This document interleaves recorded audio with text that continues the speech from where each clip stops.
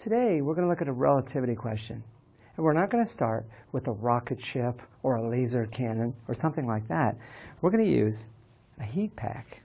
What does this have to do with relativity, you might ask? Oh, we shall see. Here's the thing. Inside this heat pack is liquid. When I click this disk, I'm going to trigger a freezing process. I make a crystal there, and then that serves as a seed crystal and crystallizes all the liquid that's in the packet. And as it does that, something very surprising happens. Let's come in close and take a look. So here's the disk. And when I click that disk, I trigger freezing. Get a little seed crystal. There it goes. And so the pack actually freezes the liquid inside here. And I get this spreading front of freezing that goes through the pack. Now as it's freezing, and this is the whole point, it's warm. It's going from a liquid to a solid, and as it does that, it gives up heat to the environment. And so this is pretty toasty, actually. This is quite warm. So this is giving up a significant amount of heat to the environment.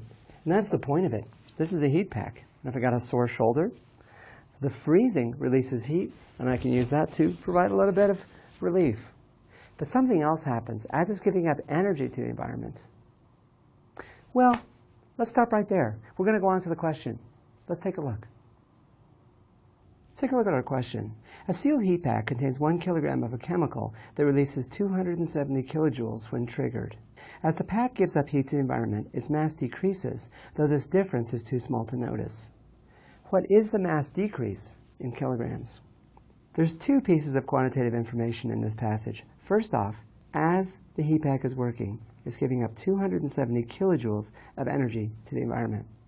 We're also told the mass of the heat pack, and we're told that the mass of the heat pack is 1 kilogram. It turns out that's not crucial for our calculation, but it's crucial to help us make sense of the result.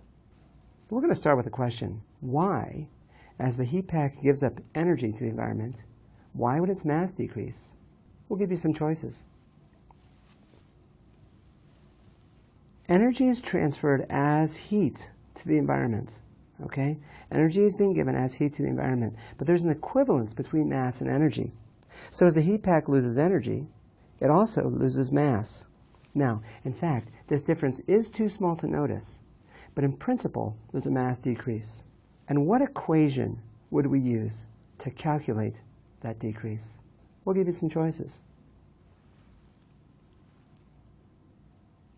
And this is a relativity problem.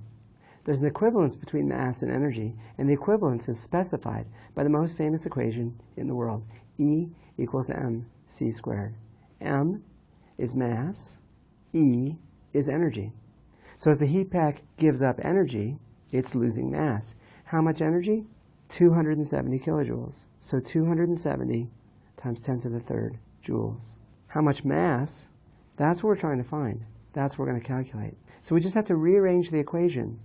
The mass that the pack will lose as time goes on is equal to the energy that it loses divided by the square of the speed of light. Now the speed of light is a big number. The speed of light, for which we use the symbol c, 3 times 10 to the 8th meters per second. So we're dividing the energy by a very, very large number, and it's a very, very large number squared.